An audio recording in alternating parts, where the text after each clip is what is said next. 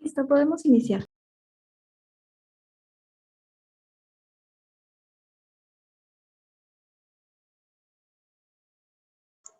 Buenas tardes, señoras y señores participantes, en esta lista de sesiones en torno a premios Proactivo. Muchas gracias por su participación e interés.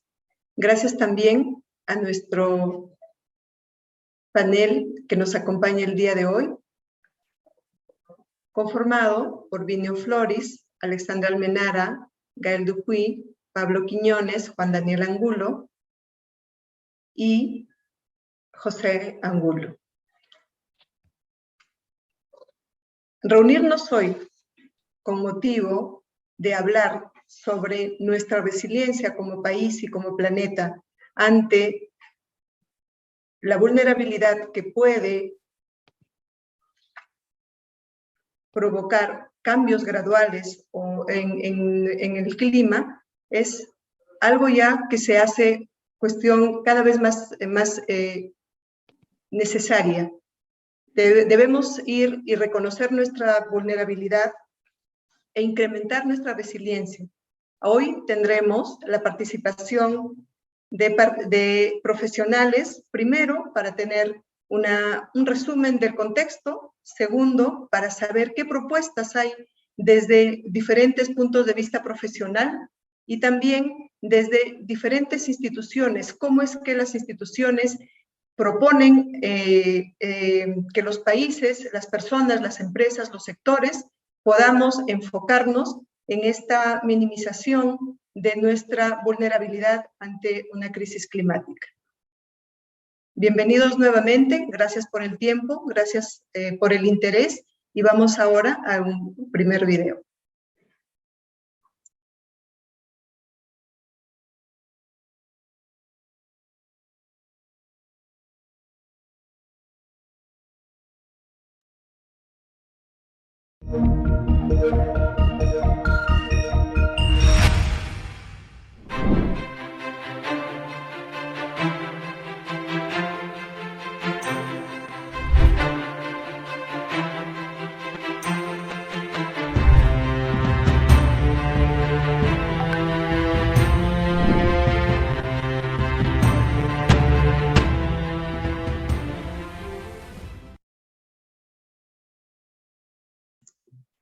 Muchas gracias. Bien, como primera participación vamos a recibir a Vinio Floris. Él es director del Centro de Gestión de Agua y Medio Ambiente de Gerents, reconocido profesional en gestión de recursos hídricos y también en minería y energía, seguridad ocupacional y gerencia de proyectos complejos de infraestructura. Vinio es profesor en la Escuela de Posgrado de Gerents y director, como decíamos, del Centro de Gestión del Agua y Medio Ambiente. Ha sido consultor del BID, Banco Mundial, IFC, CAF y organizaciones de desarrollo.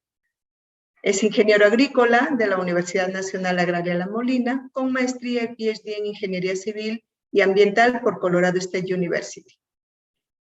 Vinio posee un MBA por Texas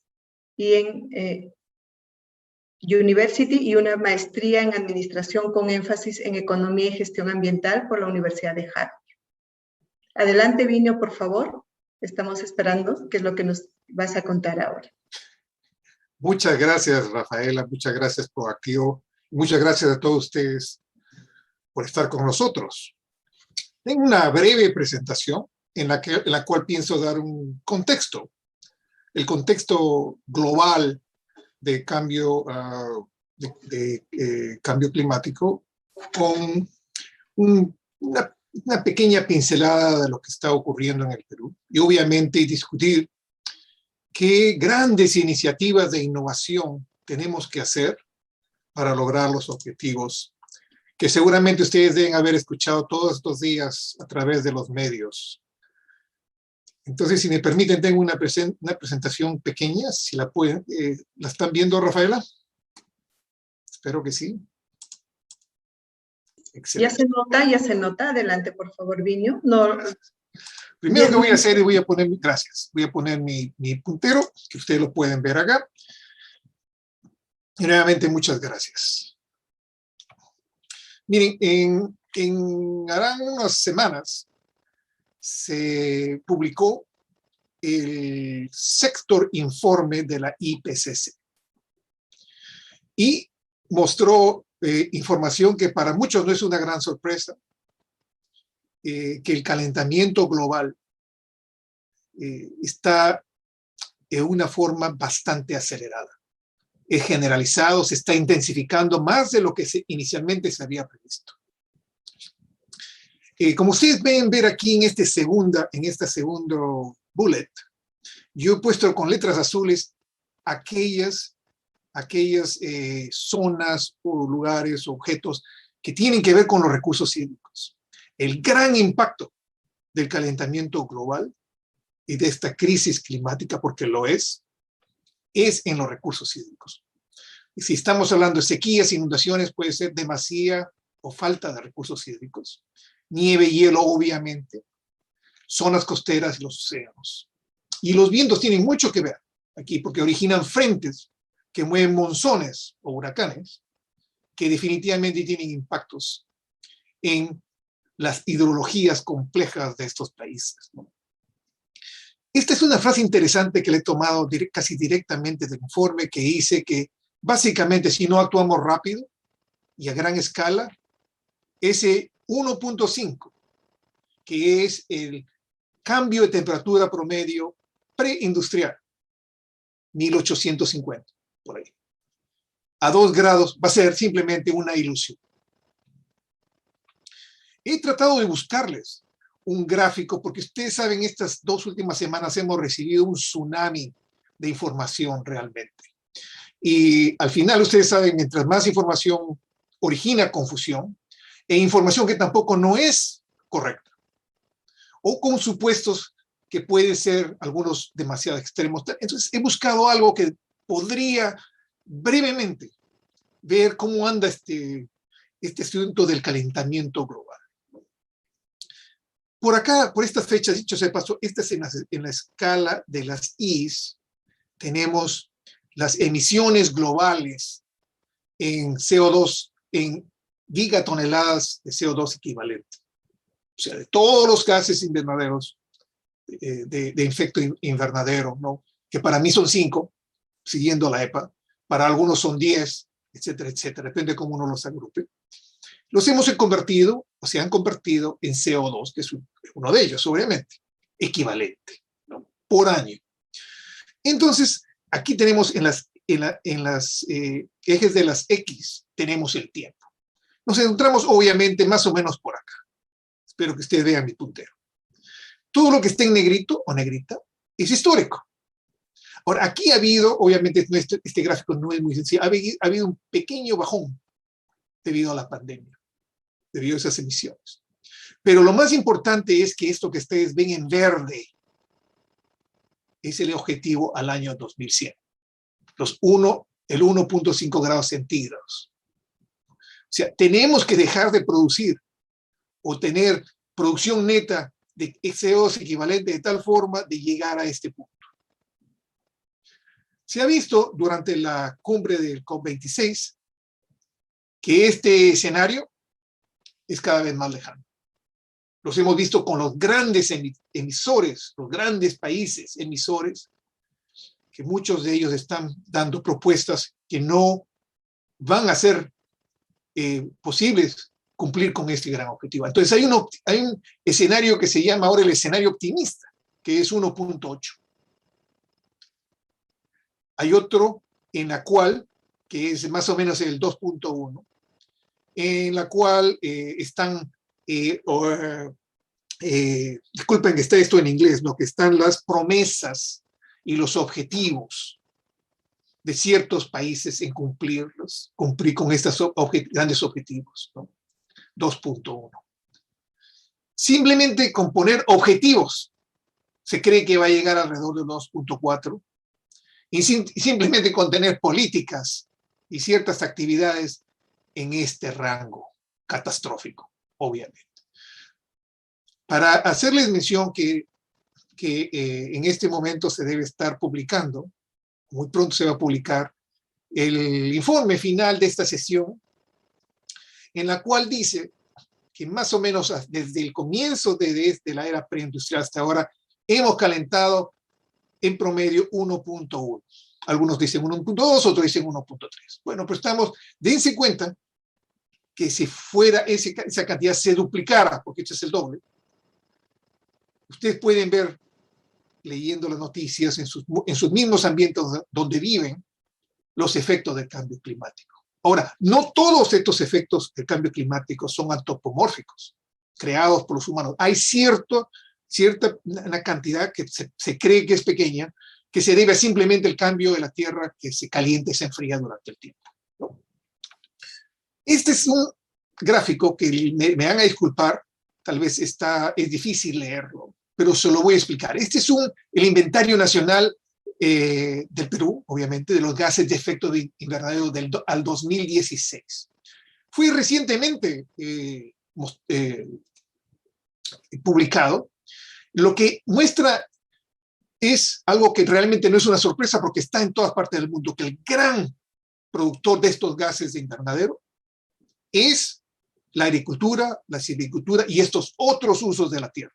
Y cuando vamos a los detalles vemos claramente en qué están divididos. Otros usos, por ejemplo, está energía.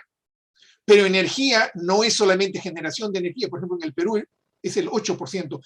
Un panelista acertadamente dijo que estaba alrededor del 9%. Debe estar entre 8,5% en la generación de energía. Realmente el Perú, en la generación de electricidad, llamémoslo así, específicamente, es un país que está en proceso de tener una cadena realmente, yo lo diría relativamente libre. El sector minero se encuentra en este gran paquete. El sector transporte, como ustedes pueden ver, 10%. Obviamente aquí no se tomaron todos los gases. Este es un trabajo magnánimo. Yo realmente felicito al MINAM que ha hecho este estudio. Se tomaron 3 de los 3 gases más importantes y esta es la cantidad de gases en gigagramos de CO2 equivalente. En general, el Perú emite menos del 1% global. Miren, hablando de alternativas, yo veo que hay 2 grandes alternativas. Una de ellas son las alternativas tecnológicas innovadoras que estoy seguro que los otros panelistas lo van a discutir. Y ese es un trabajo muy interesante hecho por McKinsey, en la cual escogen 5 grandes áreas. 5 grandes áreas. La primera es electrificación, en la que incluye electrificación de vehículos, baterías, etcétera, etcétera. La segunda es agricultura. La tercera es todo lo que tiene que ver con electricidad.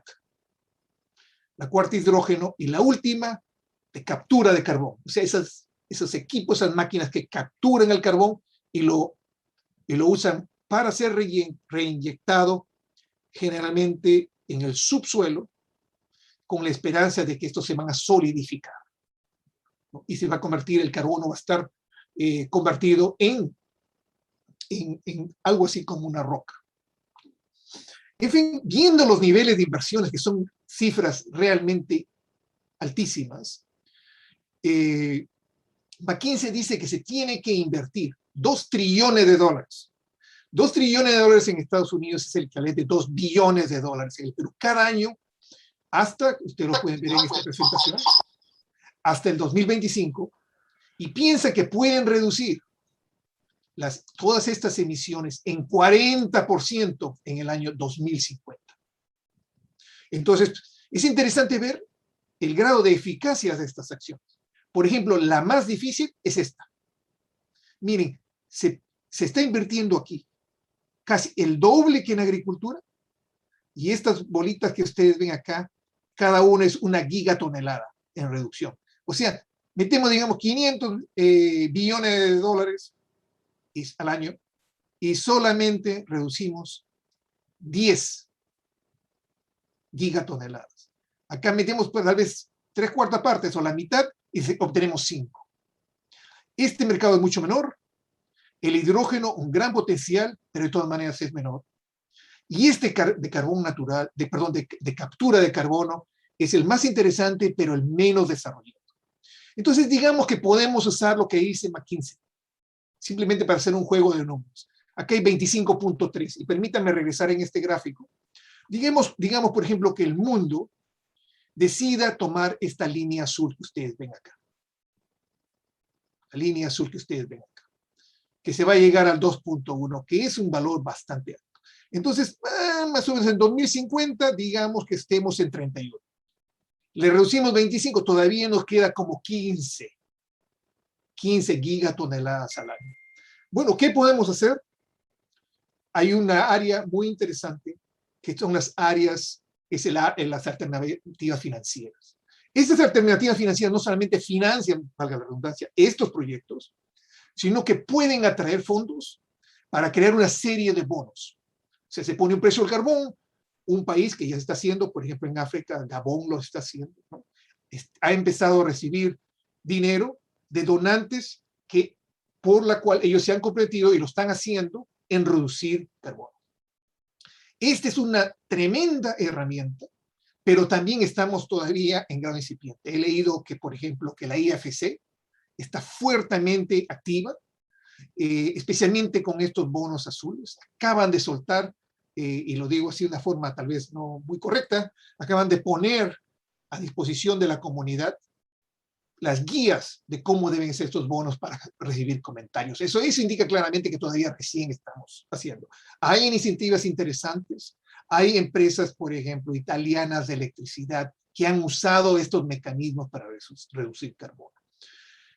Yo creo que paro ahí, Rafaela, diciendo simplemente una frase de este famoso economista que estuvo hace poco en el COP26, dice que realmente dice lo que debe decirse, ¿no? Que ha habido mucha conversación, muchos viajes de avión, que dicho de paso han originado cantidades muy altas de emisiones para llegar a Escocia, pero ningún país en este momento tiene los mecanismos en el corto plazo.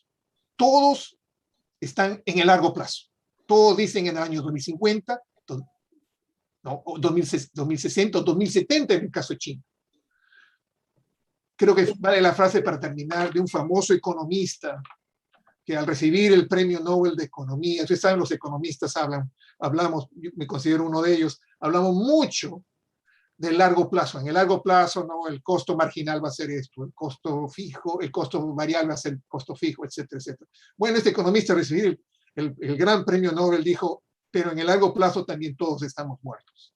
Entonces, el corto plazo, que es en 20 años, 15, 20, 30 años, es muy importante. Muchas gracias. Paro aquí. Bien, Vinio. Gracias, Vinio. Nos has hecho un excelente resumen.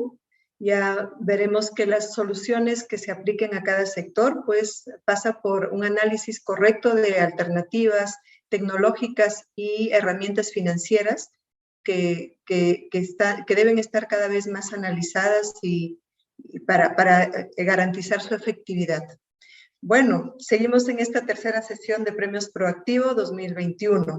Ahora vamos a presentar a Gael Dupuis, gerente general de H2 Perú, cofundador y gerente general de H2 Perú, Asociación Peruana del Hidrógeno, gerente de Relaciones Institucionales y Sostenibilidad en ENGIE, Energía Perú. Ella cuenta con más de 20 años de experiencia como directora de comunicaciones y responsabilidad corporativa en diferentes empresas basadas en Francia y en Gabón. También ha estado colaborando con ONGs en Colombia, Chile y Francia. Gael es titular de maestrías en Ciencias del Lenguaje y Comunicación por parte de la Universidad René Descartes, la Sorbonne en París, así como un MBA del Instituto de Comercio de París, Francia. Bienvenida nuevamente, Gael. Gracias por lo que nos vas a compartir. Adelante, por favor. Muchas gracias, Rafaela, por la bienvenida y gracias a Premios Proactivo por la invitación. Entonces, efectivamente, esta noche les voy a hablar de hidrógeno verde. Voy a compartir mi presentación. Ya. Y en más grande. Ahí está. Bueno, como lo ha explicado Vinio, la aceleración del cambio climático exige a la humanidad respuestas a la altura del desafío y Perú figura dentro de los países comprometidos en la reducción de sus emisiones de gases de efecto invernadero, incluso si efectivamente no, lejos de ser el país que emite más CO2. Y como han visto en la presentación de Vinio, el hidrógeno verde es parte de las soluciones que se están imponiendo para descarbonizar la economía. Así que ahí les quería mostrar un poco, antes de entrar en el tema, les quería mostrar ese gráfico que ilustra bien las tendencias en la transición energética. Vemos en marrón negro desaparecer el carbono y el nuclear. Vemos el pico del petróleo y su caída, que si se fijan bien, ese gráfico tiene 15 años más o menos y no estoy segura que hemos almorzado, que hemos empezado esa caída como lo había proyectado el que hizo el gráfico.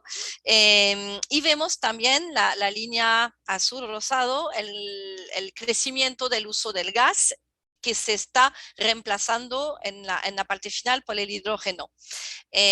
Ahora, ¿de qué estamos hablando? ¿No? ¿Qué es el hidrógeno? Primero, es el elemento más abundante en la Tierra, es escaso en su estado natural en la Tierra. En el Sol, por ejemplo, se encuentra en su estado natural, pero en la Tierra es muy raro, pero sí se encuentra de forma abundante en el agua y en los hidrocarburos. Es el único combustible que al quemarse no emite CO2. Eso es muy importante. Emite solamente vapor de agua. Puede ser almacenado, puede ser transportado y entonces puede ser exportado como líquido o como gas. Esa capacidad de vector energético que tiene el hidrógeno lo convierte en un gran aliado de las energías renovables, como lo pueden entender. Ustedes han escuchado mucho de colores del hidrógeno, se etiqueta por colores. La diferencia es por su forma de producción, porque en su emisión, cualquier que sea el color del hidrógeno, su emisión es solamente vapor de agua, pero su producción sí puede ser muy contaminante. Es el caso del hidrógeno gris que se produce a partir de hidrocarburos.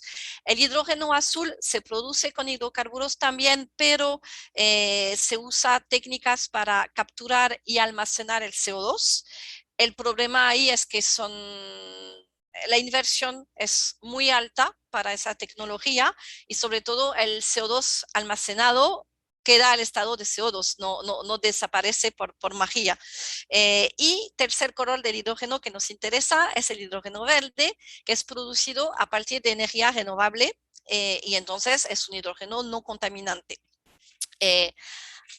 Abajo de la lámina están viendo la cadena de valor muy simplificada, ¿no? Del hidrógeno verde, donde se realiza el proceso de electrolisis de agua usando energía renovable para separar las moléculas del agua, las moléculas de oxígeno y de hidrógeno, sabiendo que las moléculas del oxígeno pueden después ser usadas para otro mercado, ¿no? No es que, bueno, se puede devolver al aire, pero también se puede usar y sabemos hoy el precio del oxígeno con la situación que acabamos de vivir, así que eso es importante tenerlo en mente.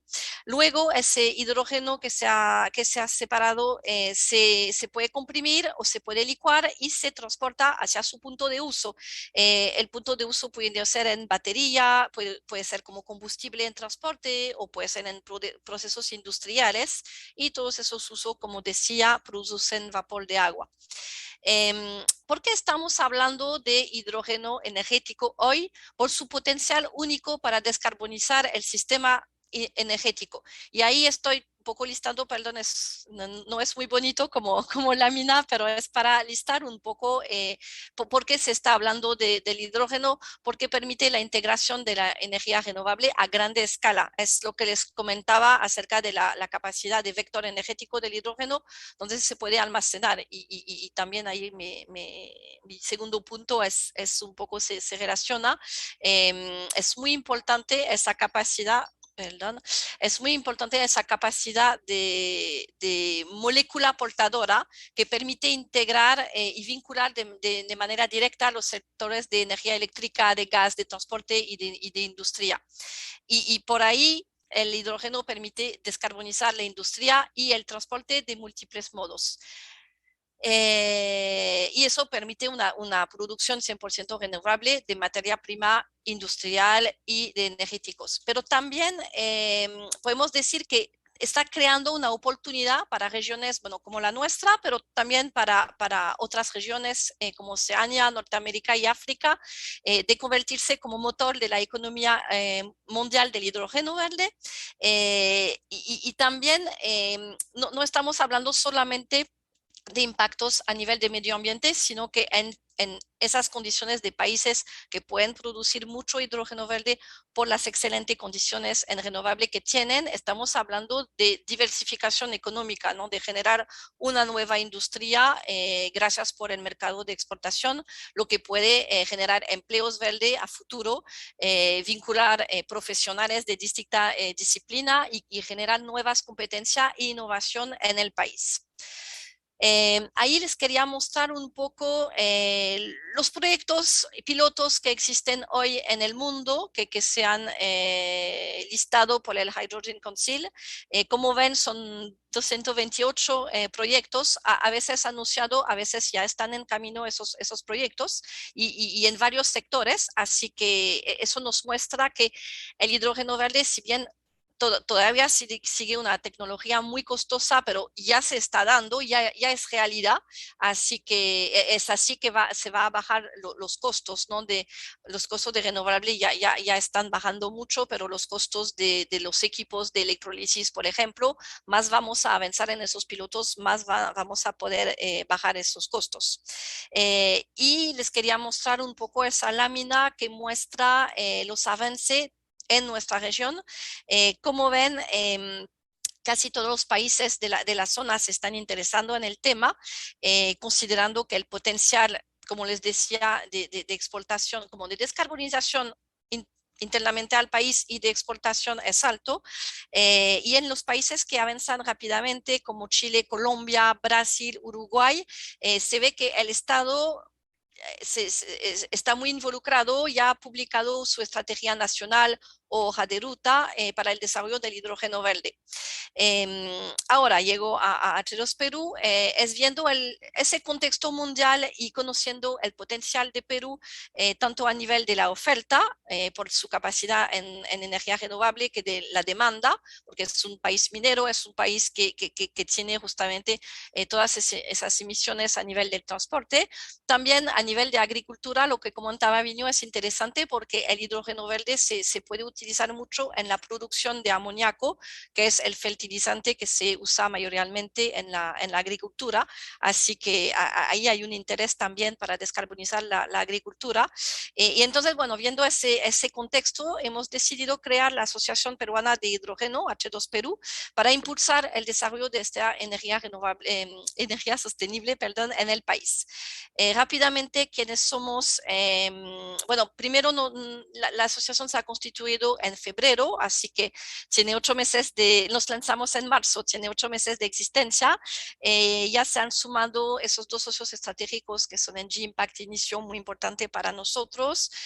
Somos 20 socios corporativos, 15 socios profesionales que pueden ser docentes, consultores, todos expertos del sector, que aportan, todos aportan mucho a la asociación, y también contamos hoy en día con 7 aliados, incluido la Universidad Católica y la Sociedad Peruana de Renovables, y también estamos colaborando con el MINAM y con el MINEM en el marco de nuestras actividades.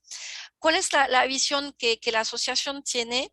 El hidrógeno verde sin duda va a ser el impulsor del desarrollo de las energías renovables en el Perú, y al mismo tiempo las energías renovables baratas van a impulsar el desarrollo de un hidrógeno verde competitivo. Eso es una primera etapa donde podemos abastecer un mercado interno, como actividades mineras, aceras, cementeras, de transporte de carga pesada como trenes, por ejemplo. Nos interesa mucho porque hay proyectos de trenes en el Perú y sería genial de poder ya ver a futuro y de poder imaginar estos proyectos a base de hidrógeno verde. Y en una segunda etapa, podemos pensar en exportar el hidrógeno verde que sobra y eso requiere una infraestructura que hoy no existe, por eso lo estamos viendo a más largo plazo. Obviamente. Ahí les voy a mostrar un poco resultados interesantes porque esta visión que tenemos se basa sobre resultados de un estudio que nos ha hecho Engie Impact y que hemos publicado en septiembre. Es un primer diagnóstico, es un estudio corto, pero era para poner las bases de esa visión y el estudio identifica 3 potenciales hubs de producción de hidrógeno verde en Perú, es decir, zona donde se concentran la oferta y la demanda. Aquí están viendo, por ejemplo... Él sí, para ir cerrando. Sí, me queda rápidamente 3 láminas, pero rápidas. Ahí están viendo los principales potenciales centros de consumo por su huella energética y actividad económica, que es la región centro y sur. Aquí están viendo los potenciales centros de producción gracias a los recursos renovables, que son la región norte y sur. Y esa lámina más importante muestra justamente esos 3 hubs que van en azul, donde se puede producir hidrógeno verde, y en naranjo los centros de consumo que se están identificados. Y aquí se ha calculado una proyección del costo nivelado de hidrógeno y este costo nivelado es muy competitivo, como sería muy competitivo si es que estuviéramos produciendo hidrógeno verde al 2030, 2040, 2050 a nivel internacional. Y para cerrar, simplemente decirle que hace unas décadas Perú fue precursor en hidrógeno verde. Industria Cachimayo, que pertenece al grupo ENAEX, usa el proceso de electrólisis desde 1965 y en su tiempo usaba energía de la central hidroeléctrica de Machu Picchu, así que a esa época producía hidrógeno verde y es la planta más antigua de hidrógeno producido por electrólisis actualmente en operación. Es decir que ayer Perú fue un precursor y tiene la posibilidad hoy o mañana de convertirse en un líder de la energía del futuro. Gracias. Bien, Gael. Gael, buena presentación. Es interesante ver la propuesta, el proyecto y también dar la bienvenida pues a esta asociación que con mucha pasión e ilusión va a intentar trabajar en este sentido.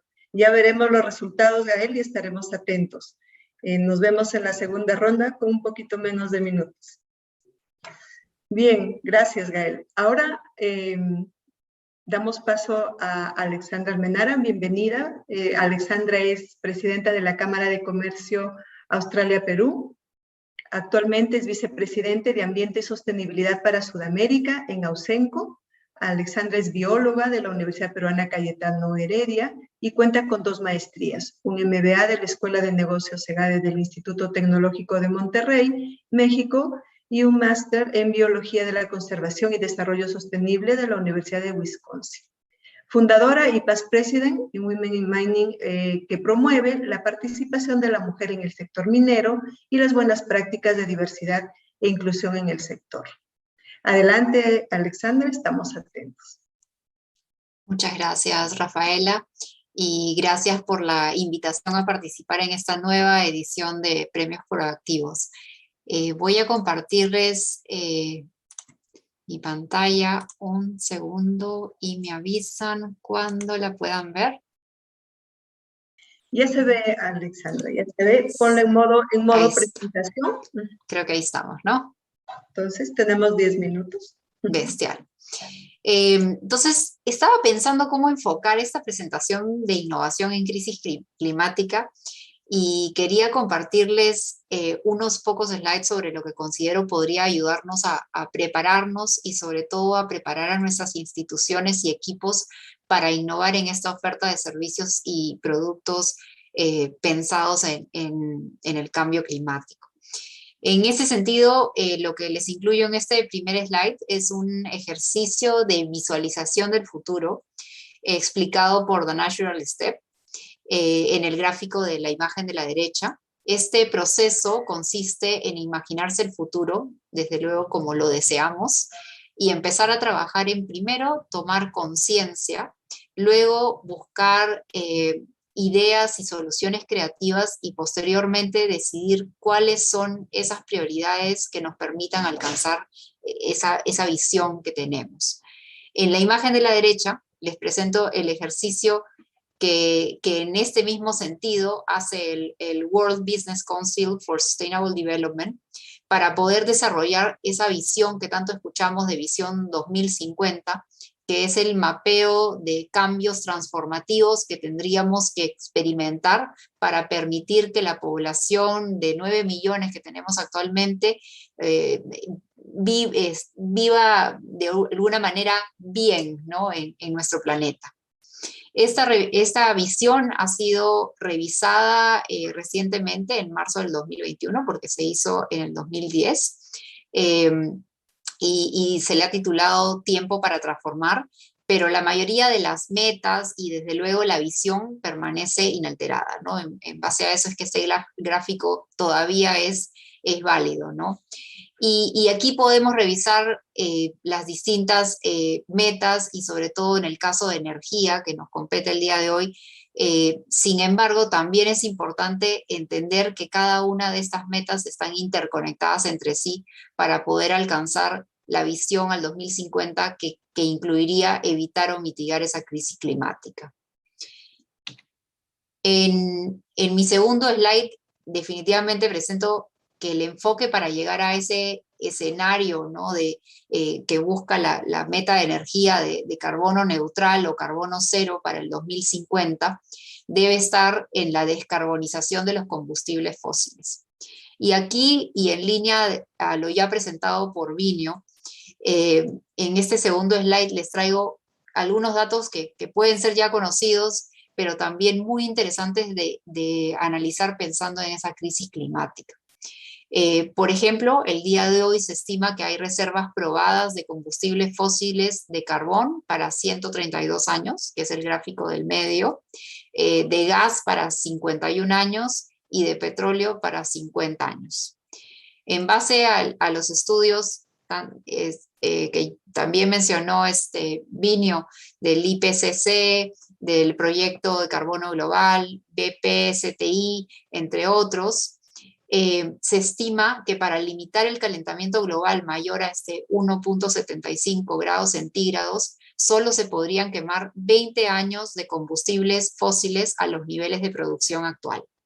Y para limitar el calentamiento global a 1.5 grados centígrados, que es ese escenario deseable, ese escenario de la visión, solo se podrían quemar 10 años de combustibles fósiles a nivel de la producción actual.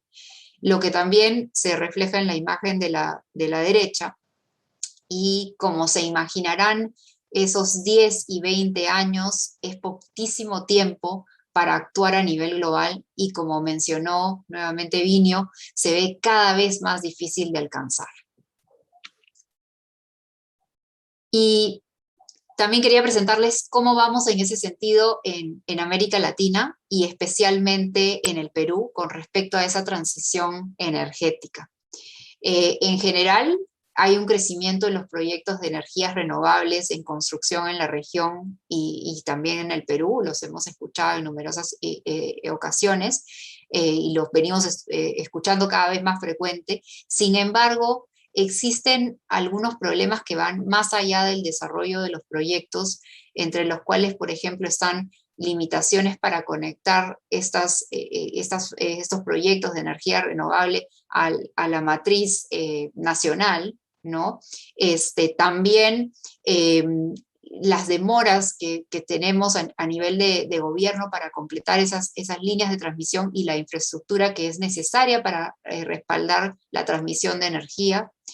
Desde luego, barreras fiscales, temas de inflación y también en los procesos de permisología y las relaciones con las comunidades locales, que en muchos casos pueden retrasar estos proyectos, y lo hemos visto mucho y escuchado mucho, sobre todo en el sector hidroeléctrico.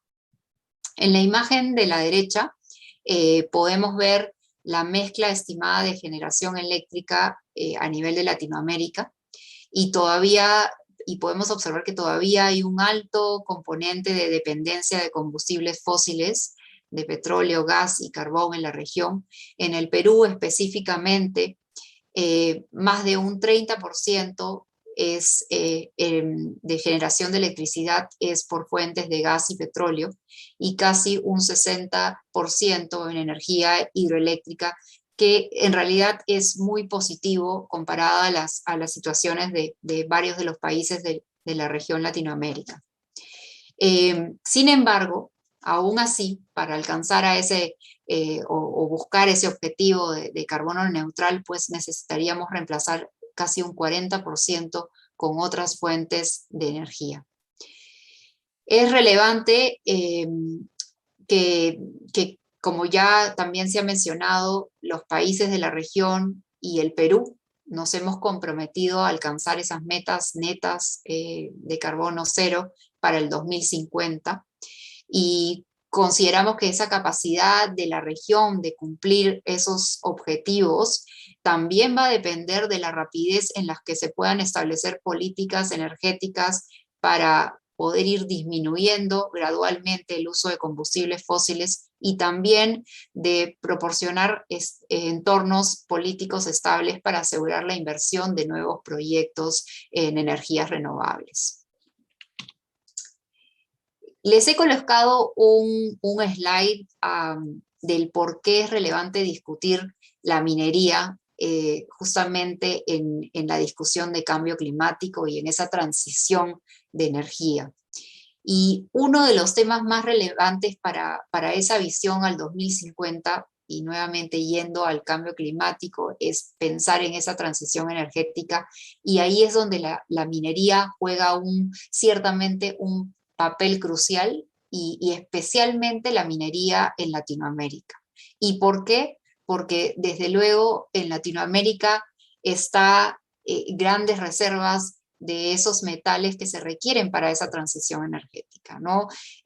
Aquí, por ejemplo, en datos del 2020, América Latina atrajo casi el 25% del presupuesto global de inversiones en minería. La región, y específicamente en Chile, Perú y México, producen el 50% de la producción mundial total de cobre. En el caso de Chile, Argentina y Brasil se produce alrededor del 30% del total de producción de litio a nivel global, y si agregamos las reservas que tenemos en Bolivia y Perú a estos tres países, poseemos el 65% de las reservas mundiales totales de litio, ¿no? Entonces esto realmente nos hace darnos cuenta que la minería y en nuestra región Latinoamérica es sumamente relevante para poder alcanzar esa visión al 2050 y esa transición desde luego energética, ¿no? Quiero terminar esta intervención mencionando el potencial de la tecnología en la crisis climática. La tecnología está y estará permitiendo consolidar esa transición energética para lograr las reducciones de emisiones de carbono, reducción de metano y la producción de hidrógeno verde, como nos contaba Gael. La digitalización, la inteligencia artificial y la analítica de datos nos ayudarán también a predecir y monitorear los parámetros para poder entender cómo avanzamos, o en su defecto cómo no avanzamos en esta crisis climática. Desde luego el blockchain está transformando el negocio minero, y no solamente el negocio minero, sino que digamos las distintas industrias, y sobre todo la cadena de suministro a nivel global. Y finalmente les dejo con esta nota de Bill Gates que leo aquí: los países que construyan grandes empresas e industrias sin carbono serán los que lideren la economía mundial en las próximas décadas. Quien haga grandes avances en materia de energía y demuestre que puede trabajar a escala global y tener precios asequibles, encontrará muchos clientes en las economías emergentes. Es decir, si el Perú se enfoca en esa transición energética de ese 40% y además la producción adicional para exportar, podríamos tener muchas ventajas como país a futuro. Gracias, Rafaela. Alexandra, una visión más optimista. Bien, gracias, Alexandra. Ahora vamos a tener a los 3 líderes del Instituto Sustainable para hacer una presentación de su institución y por favor estamos muy interesados en escucharlos. Voy a presentar a Pablo Quiñones, a Juan Daniel Angulo, a José Angulo. Permítanme, por favor. Pablo Quiñones es el director general del instituto. Tiene reconocida experiencia internacional liderando programas para la gestión responsable y sostenible de recursos naturales. Juan Angulo, director de innovación en ecosistemas y energía, es columnista de temas relacionados con políticas públicas aplicadas a los recursos naturales, y José Angulo, director de soluciones responsables para el cambio climático. Más de 25 años licenciando socioambientalmente proyectos mineros. Entonces, bienvenidos, por favor, adelante, ustedes tomen, creo que empieza Pablo, ¿verdad? Así es, muchísimas gracias, Rafaela. Y muchas gracias a Revista Proactivo por esta invitación a participar en esta sesión de innovación en crisis climática. Buenas tardes a todos y a todas, nuestros panelistas y participantes.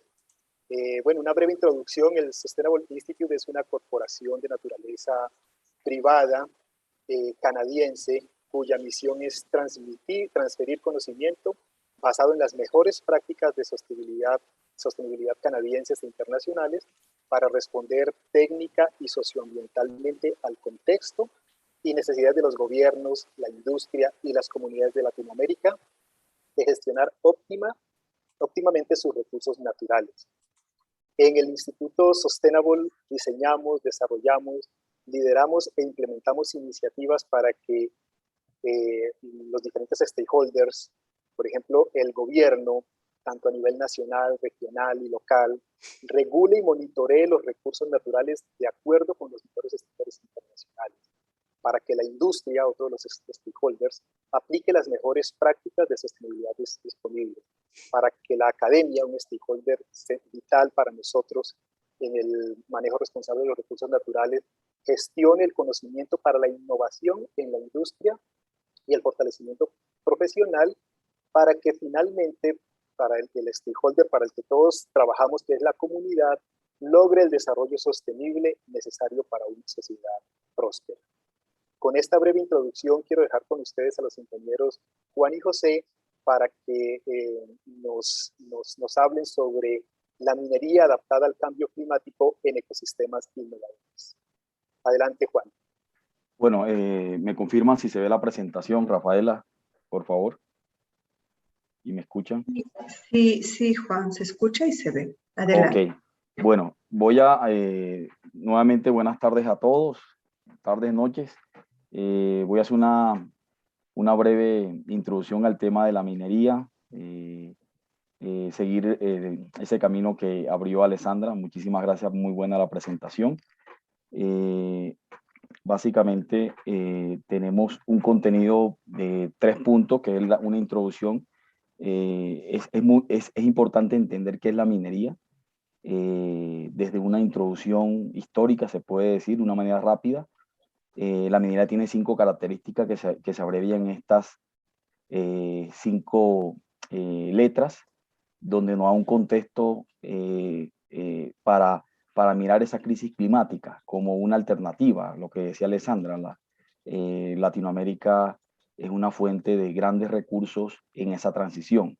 Y al final vamos a hablar de nuestro modelo. Como instituto tenemos un modelo, hemos conocido de una manera, se puede decir, con ese cambio de experiencia de los países de América Latina, qué está pasando en qué está pasando en nuestro territorio para que este modelo sea adaptado a ese cambio climático. Voy a iniciar con esta imagen donde se tiene en el eje Y se tiene la población y en el eje X se tiene, no es muy claro, desde el año 1000 hasta la actualidad, cómo ha ido evolucionando el crecimiento de la población. Notamos las primeras revoluciones, la revolución de la agricultura y la revolución industrial, pero voy a detenerme en el año 1923, se descubre la insulina en Canadá, y cómo, obviamente, y otros desarrollos tecnológicos permiten de que de una manera exponencial comience a crecer esa población. Pero nosotros, como podemos ver, el crecimiento de la población viene ligada a dos fuentes, que son las fuentes de la agricultura. Todo proviene de la riqueza del suelo y subsuelo, y tenemos por el otro lado la minería, que es la que nos va a permitir esa transición y lograr lo que Vinio nos comentaba, de que es algo muy ambicioso, pero necesitamos la minería.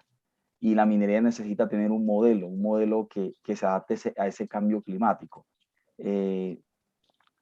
Entonces son dos fuentes que la necesitamos, la humanidad lo necesita. Es muy claro la gráfica anterior, y vemos que estas dos fuentes hay que ver cómo la adaptamos a esa crisis climática, a ese colapso climático, para que se pueda seguir desarrollando de la manera más sustentable, de que no hipoteque al que viene detrás.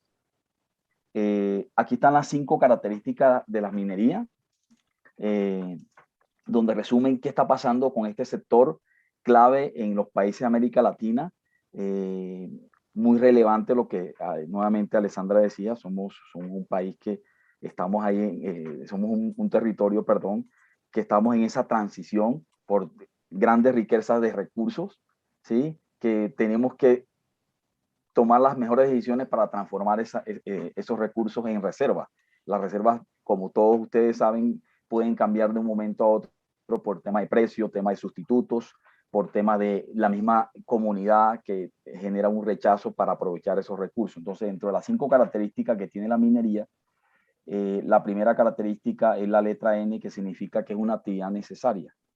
Lo vemos en ese histórico del crecimiento de la población. Aquí vemos en esta botella de vino, se dice que hay mucha minería.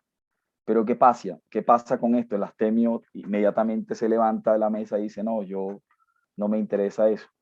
Pero cuando uno dice que la minería salva vidas, como vemos aquí por un estudio realizado por la Universidad de Chile, donde encuentran de que hay 5 objetos donde en los hospitales, en las clínicas, donde se transfiere muchas infecciones intrahospitalarias, cuando esos objetos se le coloca el cobre salva vidas, reduce esas infecciones intrahospitalarias, porque ese es el temor de uno enfermarse, es obtener esas infecciones en esos hospitales o clínicas.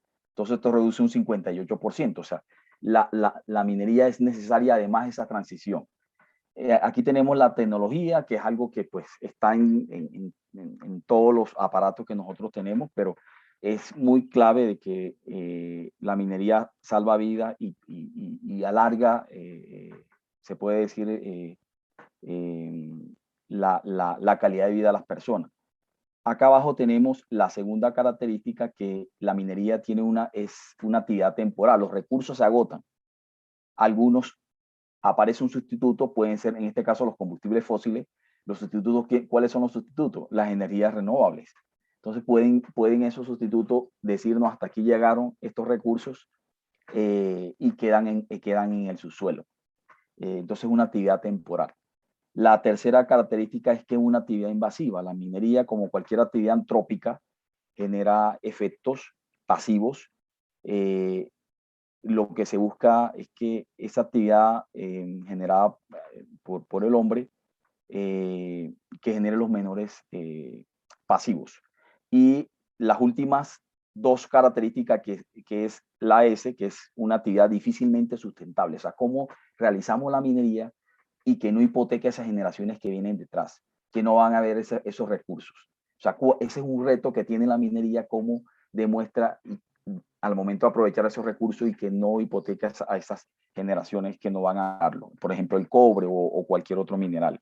Y está casi en la misma línea que es la quinta característica, que es el R, que es una actividad que genera rechazo. Hoy en día, Latinoamérica, nuestra experiencia como a través del instituto en el tema de conociendo todo lo que viene pasando en la minería en Latinoamérica, hemos notado que hay un rechazo por parte de esta actividad y ¿qué debemos hacer? Entonces el modelo Sustainable, más adelante, de una manera general, José Nelson nos lo va a mostrar cómo sacamos a flote el tema de la sustentabilidad y el tema del rechazo, cómo minimizamos eso, cómo integramos a través de esos escenarios de ecosistemas, cómo identificamos los actores para generar esos ecosistemas innovadores basado en un modelo que nace básicamente de la experiencia de cada uno de estos países que hacen parte de América Latina con grandes riquezas. Aquí vemos como un caso muy particular en África, en Botsuana, una de las culturas más ancestrales, los bosquimanos, debajo de sus pies hay diamantes. Entonces, ¿cómo logramos nosotros interactuar con un buen modelo, conociendo las necesidades para generar el menor rechazo en esta actividad donde se necesita en la transición energética para la crisis climática? Y la pregunta para finalizar y que José tome la palabra es cómo debe ser el modelo para crear ecosistemas innovadores, porque se habla mucho de América Latina pero ¿cómo integramos nosotros para adaptar la minería al cambio climático a través de los gobiernos, las comunidades, la academia e industria? ¿Qué se debe hacer en eso? ¿Cómo abordamos ese tema? Entonces, le doy la palabra a José Nelson. Adelante, José, para que nos cuentes el modelo Sustainable, José. Adelante. Muchas gracias, Juan, por la intervención. Muchas gracias a todos también por la invitación a Proactivo. ¿Cuál es la tendencia para adaptar la minería al cambio climático? En Canadá, recientemente, en el mes de enero del presente año, del 2021, la Asociación de Minería de Canadá sacó la guía para adaptación de la minería al cambio climático. ¿Y qué busca esa adaptación? Busca incrementar la resiliencia de las minas, reduciendo el potencial de los riesgos y la necesidad de medidas de adaptación para que más adelante en el ciclo de la mina esto no sea más costoso. La idea es reducir los costos de las implicaciones que trae el cambio climático, ya sea por inundaciones, ya sea por tormentas, por huracanes, por terremotos, ya sea por sequías, por periodos fuertes de lluvia, todo lo que viene amenazando el cambio climático también con el sector minero. Pero también busca tomar ventajas de las oportunidades que el cambio climático ofrece. O sea, es cierto que para muchos países el cambio climático está siendo muy oneroso o muy benéfico. Por ejemplo, aquí en Canadá se cree que se tiene una semana adicional caliente durante el verano. Más adelante podrían ser 2 semanas calientes. Más adelante pudiera ser un mes más caliente de la época de verano que hoy se goza en Canadá. Entonces, el cambio climático trae oportunidades para ciertas regiones. Que el cambio climático ofrece mejoramientos a la mina, por ejemplo, tener estaciones más largas que ayudan los procesos de revegetalización y las actividades de reforestación y de restauración. Entonces, cuando uno ve la guía, no, Juan, regrésate atrás, por favor. Cuando uno ve la guía de adaptación, la guía se refiere a lo que pasa dentro de la mina. Y eso es una tendencia mundial, no solamente en Canadá, sino que se está hablando de adaptar la minería al cambio climático, pero es un discurso muy ligado al desarrollo de la industria. No vincula a las otras partes interesadas. Nosotros como Sustainable estamos trabajando en un nuevo modelo. Por ejemplo, esta guía habla de 3 etapas. Una es la evaluación de riesgos por cambio climático. Lo otro son a desarrollar los mecanismos de adaptación, y lo otro es la implementación de esa adaptación. Eso se habla en la mina, eso tiene que ver con la estabilidad de la mina, tiene que ver con el manejo de las diferentes estaciones. Entonces, es algo que trata de salvaguardar la mina, que no incurra en mayores gastos por temas de cambio climático. Trata también de usar hidrógeno verde para mover los equipos, para mover los edificios, y eso nos parece que está bien. Esa es una buena aproximación lo que en Canadá se está haciendo, y de todas maneras nosotros queremos adicionar a lo que se está haciendo, de adaptar la industria como tal, es ir más allá a través de un modelo que Sustainable ha desarrollado. Adelante, Juan. El modelo de Sustainable para la adaptación de la minería al cambio climático busca mostrar cómo los anteriores participantes lo hicieron, cómo la minería es vital, cómo la minería es una fuente de sustento, cómo la minería mueve el mundo, cómo la minería tiene el poder de transformar naciones, sociedades. Los casos de Australia, los casos de Canadá, del mismo Estados Unidos, mismo Chile. O sea, la minería es una fuente de sustento. La minería existe para satisfacer las necesidades de crecimiento y desarrollo de la sociedad. Antes que pensar en crear conglomerados, grupos fuertes de mineros, empresas fuertes, poderosas económicamente, la minería existe para satisfacer a la gente. Cuando empleamos la palabra satisfacer, nos referimos a brindar las condiciones que la gente necesita para vivir sanamente, para vivir contenta la gente.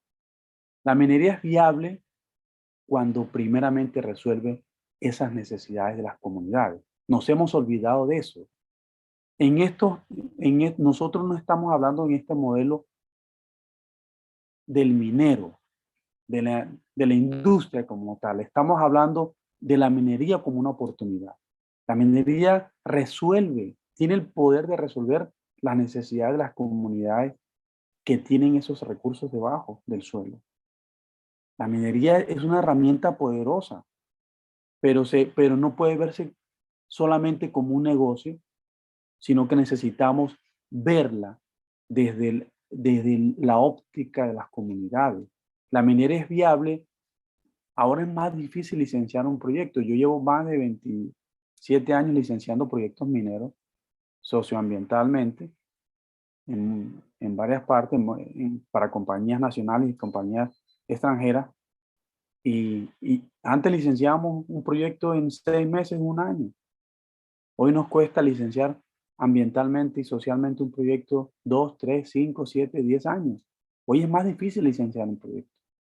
Pero la minería necesita reconstruirse. La minería dentro de poco tiempo, y ya lo estamos viendo en muchos países, como el caso nuestro, como en Colombia, que la minería es viable cuando se utiliza como una herramienta para aumentar la disponibilidad de agua. Hoy las comunidades más temor le tienen a la minería es por la escasez de agua. Y si hay escasez de agua y entra la minería va a reducir, va a acabar con el agua. Pero si la minería se utiliza como una herramienta para aumentar esa disponibilidad de agua en los territorios que contienen los depósitos mineros, la minería podrá subsistir.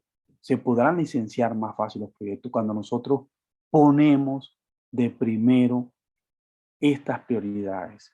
Es que debemos invertir. ¿Para qué se hace minería? Si la minería es una herramienta poderosa para cambiarle la vida a la gente, bueno, vamos a pensar primero cómo entramos a esos territorios donde hay recursos, donde hay reservas, cómo entramos a esos territorios buscando suplir y satisfacer las necesidades de la gente.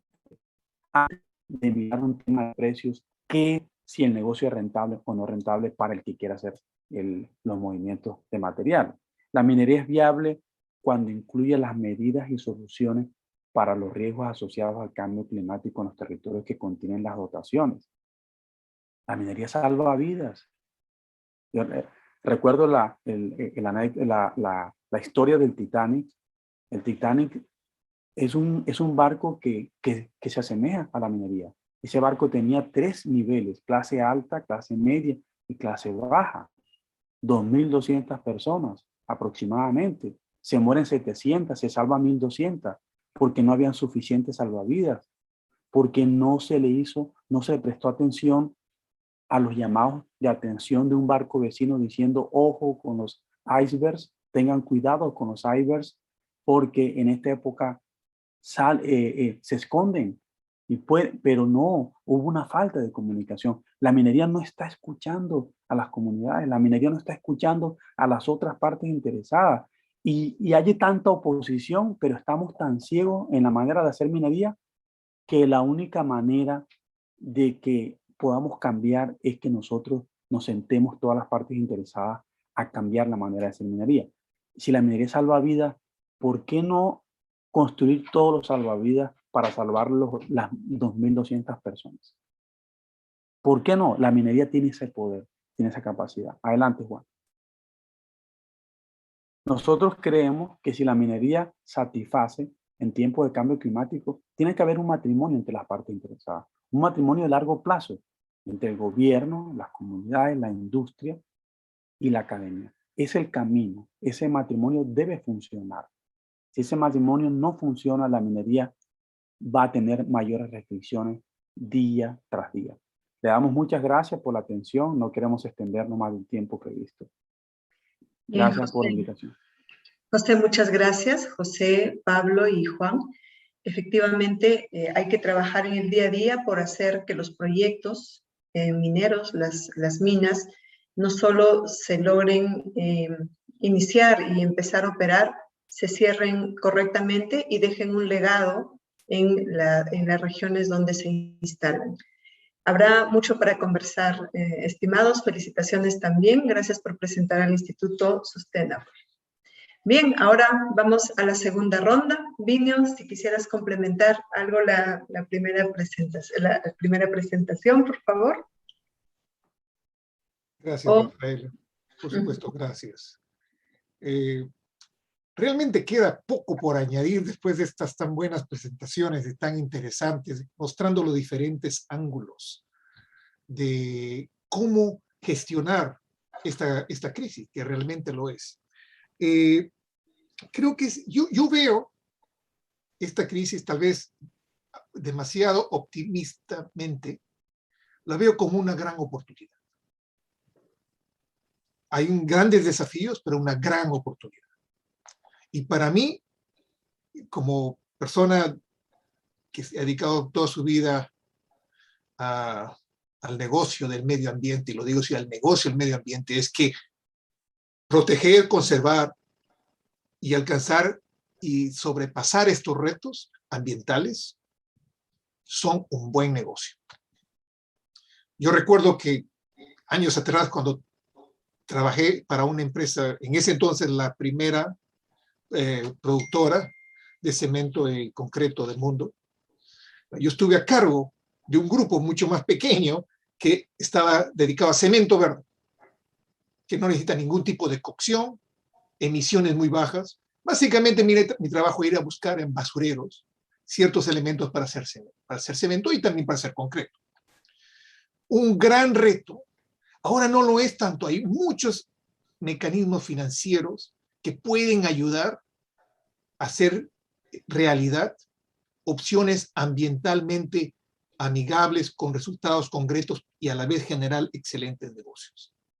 Estas opciones financieras que está discutiendo tanto la banca comercial como la banca de desarrollo son opciones verdaderas de crear progreso en otras áreas. Miren, y los gobiernos tienen que usar esas dos grandes herramientas que a veces usan solamente una, que es el palo y la zanahoria, ¿no?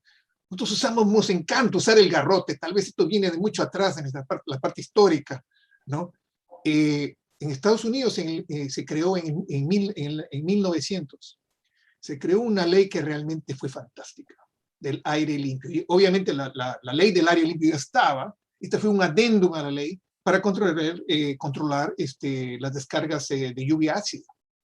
Entonces, en vez de mandar y obligar a las empresas que se les haga, que tengan que cumplir ciertos límites, se le dijo, ok, vamos a poner un límite, pero a la vez vamos a crear un mercado en la cual si ustedes son más eficientes, pueden vender sus excedentes a otros. Y esos límites se fueron acortando con el tiempo. Y paralelamente se creó un mercado financiero fantástico. Aparte del mercado físico, se creó un mercado financiero que crea tremendo valor a la sociedad. Yo creo que es algo importante en la cual nosotros tenemos que definitivamente ver, ¿no? Algo que me gustaría llegar aterrizando en el Perú. Todas estas conversaciones que estamos teniendo con grandes ideas tienen que ser incluidas en estos planes regionales de desarrollo. Obviamente como país, pero en planes de desarrollo he tenido la oportunidad de estar en varios de ellos, en Ancash, en Moquegua, y se calzarían perfectamente tener todas esas iniciativas que han conversado tan elocuentemente mis antecedores, de tal forma de crear, también ellos ser gestores de lograr estos grandes objetivos, de estos grandes retos que tenemos. Pero nuevamente mi gran mensaje es y cito a otro gran filósofo que es la rana René, que siempre decía, ¿no? Es tan difícil ser verde, ¿no es cierto? Bueno, ahora ya es un poquito más fácil ser verde, ¿no es cierto? Hay estos grandes mecanismos, tenemos que aprovecharlos, definitivamente. Gracias, Rafael. Bien, Vinio, muy amable. Ahora pasamos con Gael. Por favor, Gael, para complementar o Sí, una última idea. Lo que desarrollé en la primera presentación era un poco los beneficios, ¿no?, del hidrógeno verde que Perú podría encontrar, además de la mitigación del cambio climático, que era la diversificación económica, el desarrollo social y la innovación. Y quería complementar con hablar un poco de qué es lo que nos falta. ¿Por qué no estamos avanzando más rápidamente en el desarrollo del hidrógeno verde? Porque el sector privado sí está muy interesado. El sector privado tiene meta de descarbonización y sabe que el hidrógeno verde es parte de la solución. El sector académico también está muy interesado en investigar soluciones, en apoyar el avance de la tecnología. Lo que nos falta es la voluntad del sector público para priorizar ese desarrollo del hidrógeno verde, porque sabemos que es una tecnología que todavía requiere mucho trabajo, ¿no?, para ser viable económicamente y técnicamente. Y en Perú necesitamos hacer estudios en el ámbito público, de regulación, de planificación de infraestructura logística, como comentaba, para exportación. A nivel ambiental, necesitamos hacer estudios profundos en los 3 centros potenciales hub. Necesitamos hacer estudios del agua, qué agua se va a usar. Obviamente no se va a usar agua potable, se va a usar agua desalinizada o agua residual. ¿Cómo vamos a hacer? El costo que representa en el costo total del hidrógeno verde esa desalinización o el tratamiento de agua residual. Necesitamos analizar la cadena de valor, las competencias, los proveedores que tenemos en Perú y cuáles son los proveedores que a quién podemos traer nueva competencia, etcétera. Y todo eso, bueno, son estudios que se deben financiar a través de una voluntad pública para llegar a definir una estrategia nacional. Y la estrategia nacional la define el Estado, obviamente. Como asociación estamos trabajando en propuesta de hoja de ruta, pero después la tiene que trabajar y adoptar el Estado. También marco regulatorio técnico también y marco regulatorio de incentivos para la promoción del hidrógeno verde son lo que nos falta hoy y que estamos intentando empujar a través de la asociación y de las actividades que estamos desarrollando. Estás en mute, Rafaela. Muy bien, Gael, muy completo y gracias por el aviso. Gracias. Alexandra, para esta segunda ronda, ¿qué nos puedes decir, por favor? Gracias, Rafaela. Y gracias a todos los presentadores. En realidad estoy súper entusiasmada y ansiosa de ver esas acciones en conjunto que podamos nosotros desarrollar para el futuro. En estos minutos adicionales me gustaría enfocarme en la visión justamente de este tema en el sector minero, ¿no? El 5 de octubre, el ICMM, que es el Consejo Internacional de Metales y Minería, anunció su compromiso climático de lograr como institución o como, digamos, grupo de empresas mineras a nivel internacional, ese compromiso de lograr la neutralidad de emisiones para el 2050, respondiendo a ese llamado de acción urgente en el último reporte climático del IPCC. Hemos escuchado de José Daniel el mensaje también del Mining Association of Canada, así como los compromisos, por ejemplo, de empresas como BHP, de una meta de reducción de emisiones del 70%. En el caso de Codelco, también es una reducción del 70% al 2030, además de comprometerse a una matriz energética del 100% renovable.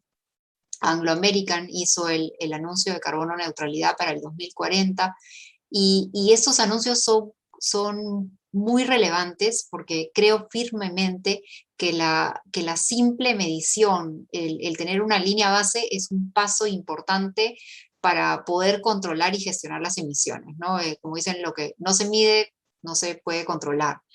Y en ese sentido paso a tocar brevemente sobre la plataforma que nosotros tenemos en Perú, que es la plataforma de huella de carbono, que es una iniciativa muy importante del Ministerio del Ambiente. Y aquí cito a una colega minera, Wendy Retamoso, que sabemos que en esa declaración de huella de carbono a nivel Perú, solo el 2.2% de las empresas mineras peruanas está midiendo actualmente o declarando al menos sus emisiones de carbono. Es decir, son solo 15 empresas de un total de 670 empresas que actualmente han hecho esa declaración. Entonces, ese yo creo que es un importante llamado de acción a nuestro país para conocer las emisiones y ir entendiendo cómo va ese avance progresivo en el tiempo, ¿no? Siendo el Perú como un país con alta vulnerabilidad climática, como ya nos ha contado Vinio al inicio, esto es muy preocupante. El Servicio Nacional de Meteorología e Hidrología proyecta para el Perú al 2050 entre 1.6 a 3.5 grados centígrados de incremento de temperatura, ¿no? Y esto realmente, como hemos escuchado, sería muy, muy peligroso para nuestro país, ¿no? Y ahí es donde tenemos que cambiar esa velocidad de acción y trabajar en forma conjunta, coordinada, como mencionaba José Angulo, entre el gobierno, entre las empresas, entre los gremios, para poder realmente acelerar ese ritmo de avance como país. Gracias. Gracias, Alexandra. Bien, según lo que habíamos coordinado previamente, vamos a tener una ronda de preguntas y voy a empezar con Vinio. Vinio, en este contexto de cambio climático y mirando hacia el futuro cercano, ¿cómo se entendería que posibles crisis sanitarias y económicas también lleguen en conjunto y hagan sinergia con otra gran amenaza?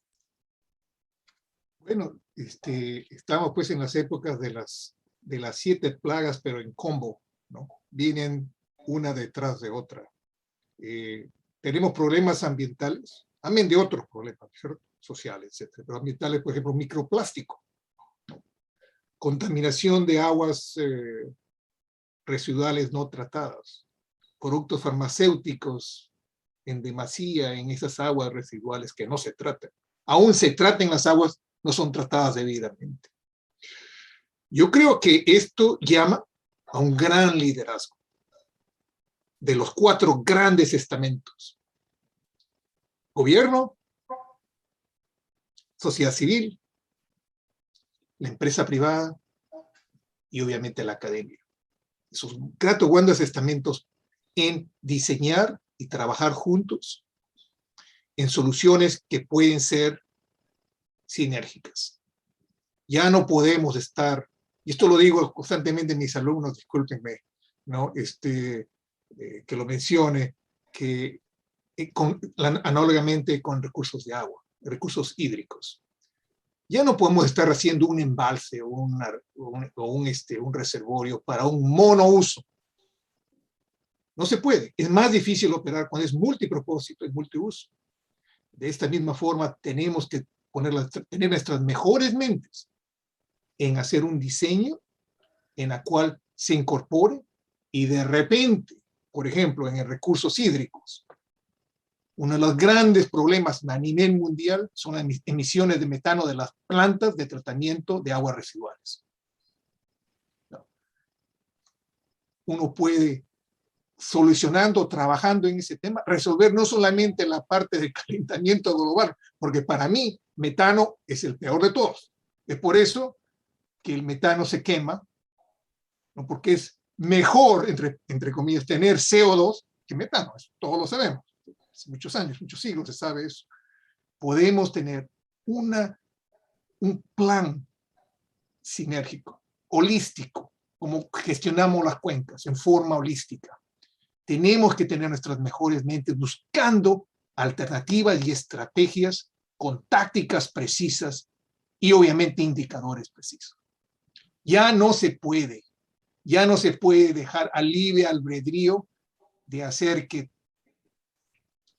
nosotros pensemos en forma no conjunta y coordinada. Eso ya no se puede hacer. No tenemos los recursos, no tenemos el tiempo tampoco para arreglarlos. Y cada vez que yo escucho a un presidente regional, a un presidente de una república, de cualquier país, o un presidente o un alcalde, quiero siempre ver esa visión. No que se quiere hacer esto, que se quiere cambiarse algo por aquí, algo puntual, que realmente no viene al caso. Necesitamos visiones y acción. No nos queda otra. Y dicho sea de paso, yo creo que esta pregunta viene uno de mis alumnos. Yo les había dicho que no me hagan preguntas difíciles, pero eso ya después me las arreglo con ellos. Les agradezco, es una excelente pregunta. Bien, bien, Vinio. Todavía no soy tu alumna, el próximo año probablemente. Seguimos. Seguimos ahora con Gael. Gael, ¿cómo te ha tratado el Perú, digamos? ¿Qué ventajas y desventajas tiene el Perú para permitir la instalación de instituciones que busquen desarrollar este tipo de proyectos como H2 Perú, que tú nos has presentado ahora?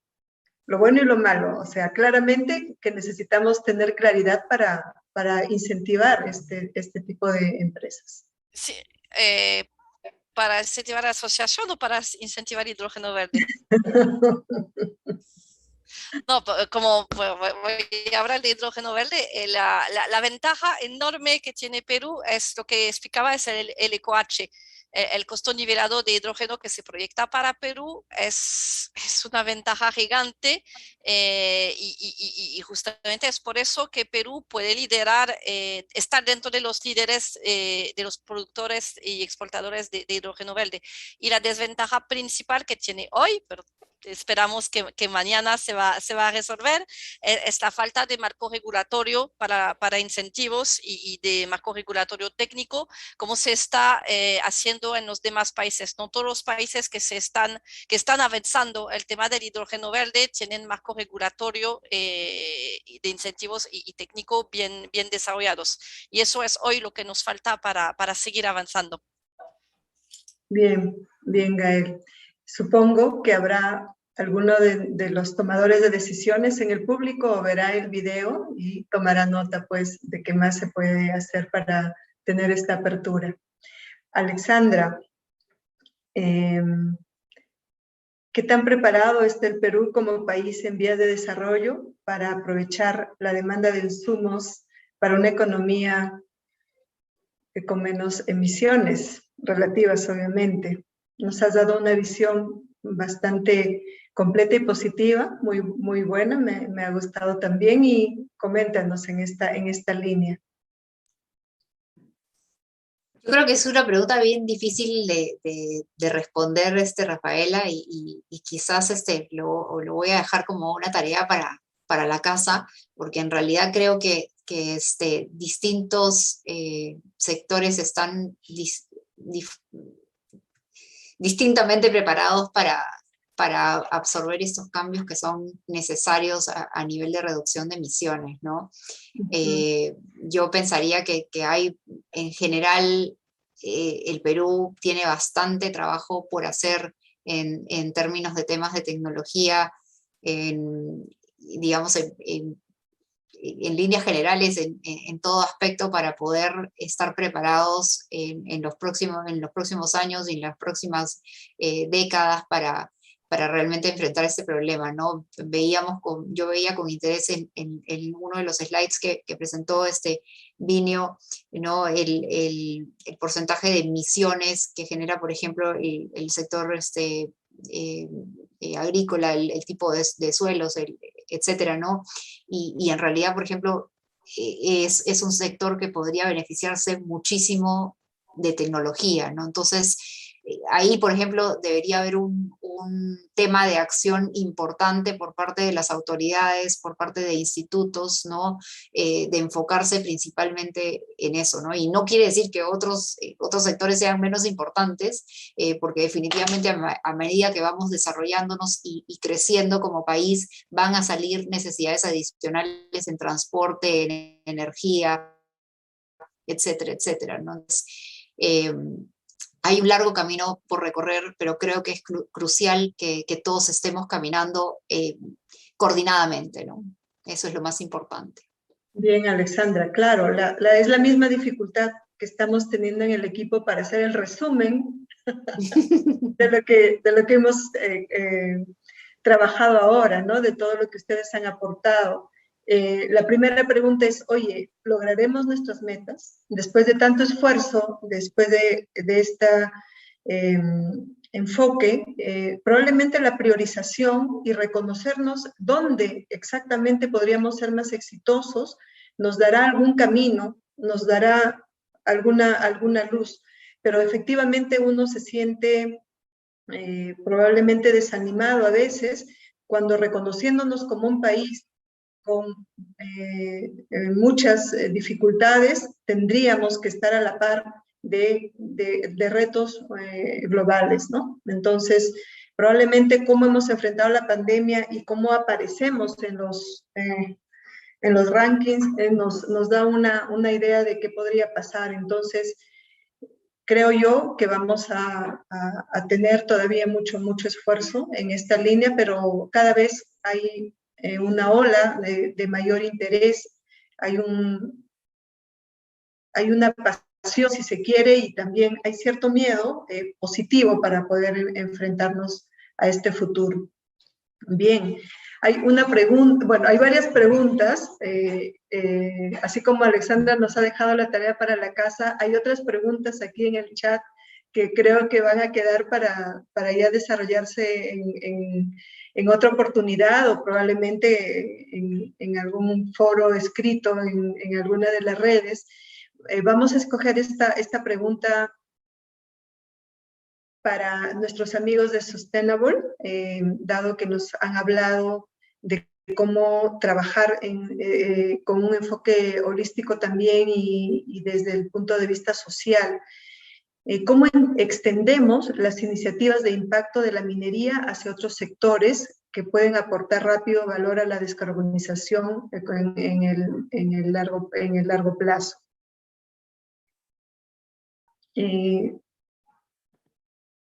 Juan o José, por favor. Adelante, Juan. Bueno, interesante la pregunta. La descarbonización, lo que siempre la sociedad está como los ojos mirando imagen en las empresas, sobre las empresas. Bueno, nosotros a través del instituto entendemos de que las comunidades lo que ellas anhelan es ser más escuchadas.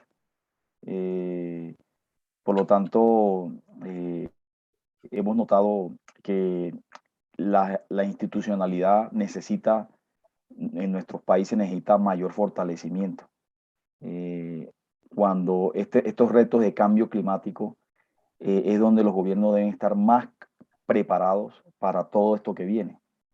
Por lo tanto, sus funcionarios deben ser los de mejor capacidad, se pueden decir, para tomar estas decisiones para el tema de descarbonización. Es algo que hemos notado. Y es la única manera de que cuando los gobiernos están preparados, las comunidades se sienten más complacidas y las empresas llegan a hacer su trabajo de una manera con mayor fiscalización por parte de los gobiernos y obviamente con los resultados que las comunidades esperan. Obviamente eso debe estar amarrado con la academia. Nosotros siempre lo que decía Vinio, la academia juega un rol muy importante, esa alianza, y la descarbonización necesita eso, mayor fortalecimiento en cada una de las institucionalidades de los países de América Latina. ¿Sí? José, ¿tienes algo que complementar, José? Sí, algo importante que debemos reconocer también en Latinoamérica es que si la minería es una fuente de sustento que tiene el poder de poder aportar importantes recursos para las inversiones en temas de adaptación al cambio climático.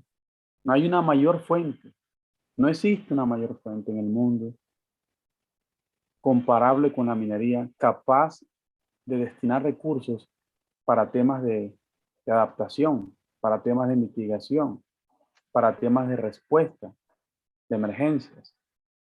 Ahí están los recursos. Como les ponía el ejemplo del Titanic, la minería es ese barco y la minería puede hundirse. Yo soy un minero como tal y soy optimista de que no se va a hundir, pero nosotros, los que conocemos de minería, tenemos que transversalizar esta información, que esta información no solo la manejen los académicos, esta es una información que nuestros niños necesitan conocer. ¿Por qué la minería es tan importante? Entonces, nosotros queremos descarbonizar. Eso va a pasar, pero lo más seguro es que descarbonicen primero los ricos, después la clase media del mundo y después la clase más pobre descarbonizará de último. ¿Por qué? Porque hay unos recursos ahí, hay unos excedentes ahí que debemos reorientar hacia temas de agua y hacia temas de cambio climático. ¿Por qué? El Titanic, recordemos el Titanic, si hubieran hecho más botes, se hubieran salvado todos. Entonces, si la minería tiene la capacidad de hacer botes para todos, no importa la clase social, ¿por qué la minería no está ofreciendo? ¿Por qué no tiene esa capacidad de satisfacción? Si sabemos que la tienen otros países, ¿por qué en nuestros países no tiene ese poder de satisfacción? Como tiene Australia. Ya Australia hoy no depende del Producto Interno Bruto de la minería. Depende de lo que la minería apalancó. La minería apalancó los otros sectores. Hoy aportan más al Producto Interno Bruto los sectores que fueron apalancados por la minería. Lo mismo debemos hacer en nuestros países. Y hay que priorizar salvar vidas, como en el Titanic, y hay que priorizar temas de adaptación al cambio climático. Tenemos que reformar nuestras leyes. Tenemos que reformar la manera de licenciar ambientalmente los proyectos. ¿Por qué? Porque esto va a suplir, esto va a satisfacer a las comunidades. Poner la mirada hacia una minería que se hace para favorecer el territorio, para favorecer las comunidades. Hoy la gente piensa que la minería se hace para favorecer los grandes grupos económicos. Eso es lo que la gente dice y tienen hasta razón. Porque hoy es muy triste ver compañías muy grandes internacionales donde la gente toma agua potable dentro de la mina, pero vayan alrededor de la mina para ver si toman agua potable. El trabajador toma agua potable y los hijos de los trabajadores y la esposa no toman agua potable. Entonces, ¿qué es lo que la minería está transformando? Igual pasa en tema de cambio climático. Adapto la mina al cambio climático y ¿qué pasa con los vecinos? Necesitamos reconstruir la manera de hacer minería en Latinoamérica. Y eso se hace pensando primero en la gente que pensando en los grupos económicos. Muchas gracias, Rafael. Bien, José. Bueno, una buena sesión, mucha rigurosidad en el análisis. También hay que aprender de la forma cómo se da la oportunidad. Nos ha sido bueno ver cómo el instituto ha podido trabajar y darse voz entre líderes. Alexandra, esa mirada estratégica, ese ver diferentes fuentes, esa mirada optimista. Gael, también muy bueno ver tu pasión y cómo es que estás trabajando y avanzando en esta empresa y además en el nuevo instituto. Vinio, voy a terminar utilizando básicamente la estructura final que tú pusiste, combinada con lo que he podido rescatar de todos los compañeros ahora. Yo he escrito esto: gestión holística, con planificación rigurosa, con tácticas precisas, registrando, midiendo, cuestionando, planteando políticas nacionales que den facilidades a cada emprendedor, que considere a todos los sectores y que pueda apalancarse entre sí. Eso voy a trabajarlo luego para entregárselo a Mónica. Ojalá que de esta conversación además hayan surgido muchas ideas, hayan surgido algunos nexos que se pueden luego desarrollar, ¿no? Conocernos también es muy importante, escuchar la visión desde la ingeniería, desde la biología, desde las ciencias sociales, desde el emprendedurismo, y además agradecer este espacio que Proactivo nos ha permitido. Yo, Mónica, agradezco también la oportunidad de haberlos escuchado a todos. Otro día contaremos las bondades de las empresas mineras, de nuestros proyectos mineros, de que sí hacemos en muchas oportunidades el conteo de emisiones, incluso desde el proyecto, o algunas otras ventajas que podríamos contarle también a nuestros amigos de Sustainable, porque hay casos exitosos.